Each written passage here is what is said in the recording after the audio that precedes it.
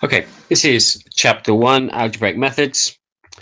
And let's have a look at the chapter. So uh, it sort of breaks down to mainly GCSE algebraic skills. So in particular, you're going to be looking at index laws and powers. Okay, so powers are the main theme. Then dealing with surds. Okay, some new sorts of variations shown here.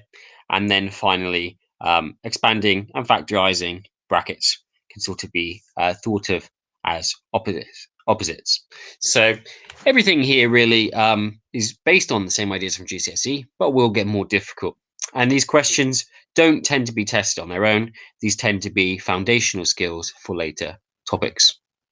So index rules over here, again, addition of powers as long as bases are the same, subtraction of powers if bases are the same, power to a power, meaning multiply the powers, and distributing powers as well.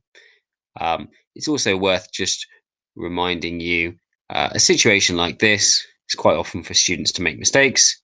We need to apply to any numbers as well as letters here.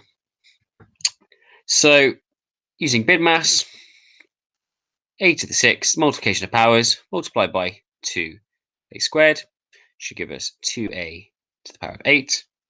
Over here, well, this is the case that we just talked about. So each part here needs to have the power of 3 distributed.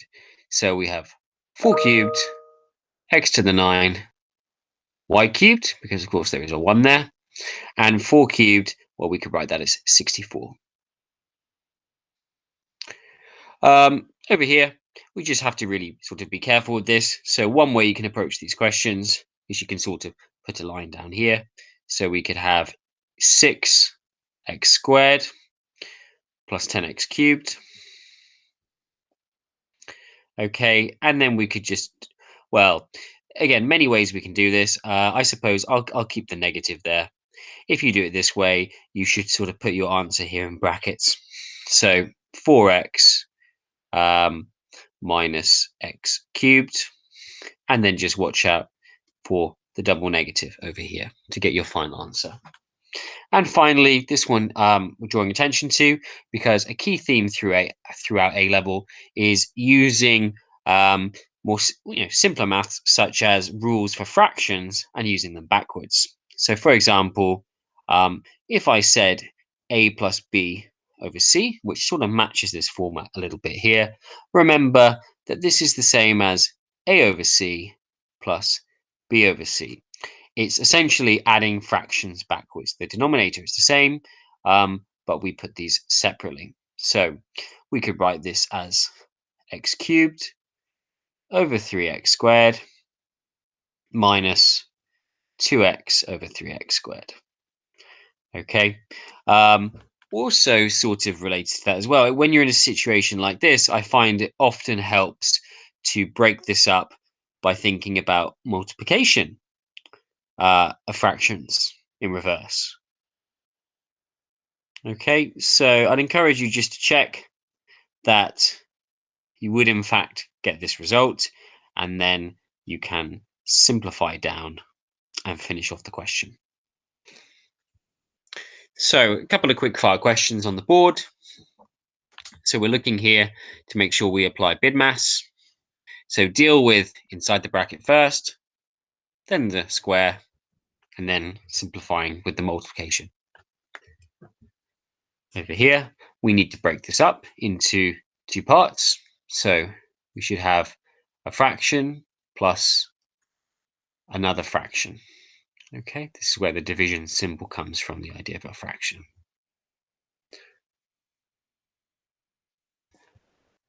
Expanding and simplifying, you need to be careful with this one here. This is a very, very easy situation in which to make a mistake.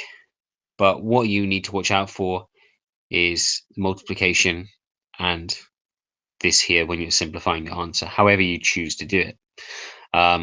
Notice here, the multiplication sort of involves viewing the negative as belonging to this and multiplying on both parts to get these two terms. Finally, you might think that there is nothing that you can do in this situation, But remember that if we had a number such as, let's say, for example, 18, okay? If I wanted to apply a power to 18, I could do a substitution. I could substitute out 18, such as making it 2 times 9 to the power of x. Or why not even, I could make it 2 times 3 squared, all to the power of x. And when we're in this situation, we distribute the power to both parts. So I would actually get an answer like this. And here we need to work backwards.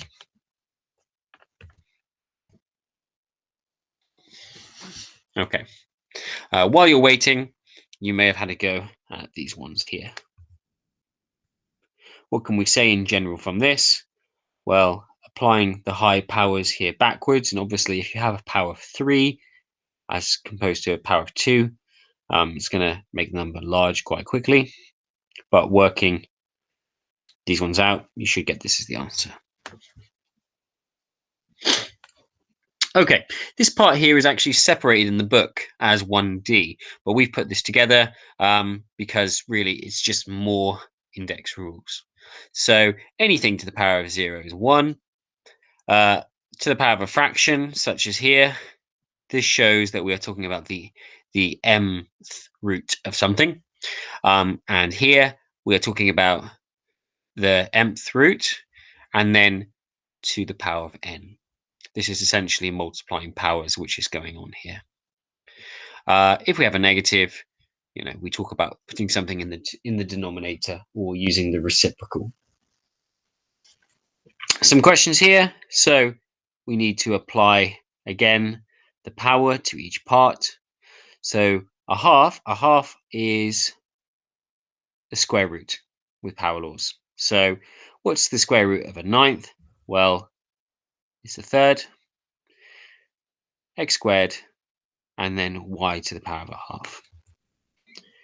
This one here, you can choose to do this in either order, but you may wish to sort of think of this as 27 to the power of minus 1, then to the power of a third, or perhaps you may wish to think of this as 27 to the power of a third. Remember, that's the same as the cube root, and then to the minus 1. The order of the multiplication doesn't matter, as it's commutative. So here, the cube root of 27 is 3, and then section with minus 1 means that 3 over 1 becomes 1 over 3. Some other ones here. Watch out if, not in the real exam, but if you're doing some exam practice, sometimes the negative index sort of joins in with the fraction bar. So just be a little bit careful of this. I would do the reciprocal first here. So I would say that this is 8 over 27 to the power of 2/3. We apply the denominator power first, okay, which will take us to 2 over 3. Whoops. 2 over 3, which still needs to be squared, okay, which takes us to 4 over 9. And finally here, a more complex question that involves a substitution. A number of ways that you can do this. I would just go straight to what I'm going to substitute and put it in there. So I would say that this is 3, 1 over 9, a squared to the power of minus 2. And then I would apply my, sorry, that's meant to be a 9. Then I would apply this power to both parts here. So minus means it's going to be the reciprocal, so that will become 9. And I will square it, so 81. Over here, this will become 81 a to the minus 4 with the 3 on the outside. You can simplify to finish that off. Okay, so a lot of index rules, but they're being given to you as it's knowledge that is sort of expected from GCSE mainly. So with other letters, common mistake perhaps is to forget that when there's nothing there, that means to the power of 1. Okay, common mistake here would be to forget applying this to both parts. Again, to both parts, whether it's a fraction or not. Cube root. Okay, so cube rooting this one first, and then squaring. A different variation. Here we have a mixed number, so we'd have to make this an improper fraction first. In general, we quite like, so 64/27, we quite like fractions, so improper fractions work well for reasons that we'll see later. This was our trick here before. The powers are not the same, they are not like terms, so you have a fraction here, and then you have another fraction here. And a substitution, as we had from before. There are some harder questions that you may wish to have a go at, so I'd encourage you to pause the video. For some of the harder questions, it may help to think of 4 not as 4, but as 2 squared, for example. So 4 to the power of m is actually the same as 2 squared to the power of m, which is 2 to the 2m. So you may wish to pause and have a go at that one there. Okay, and that sort of takes us to the end of the section on indices.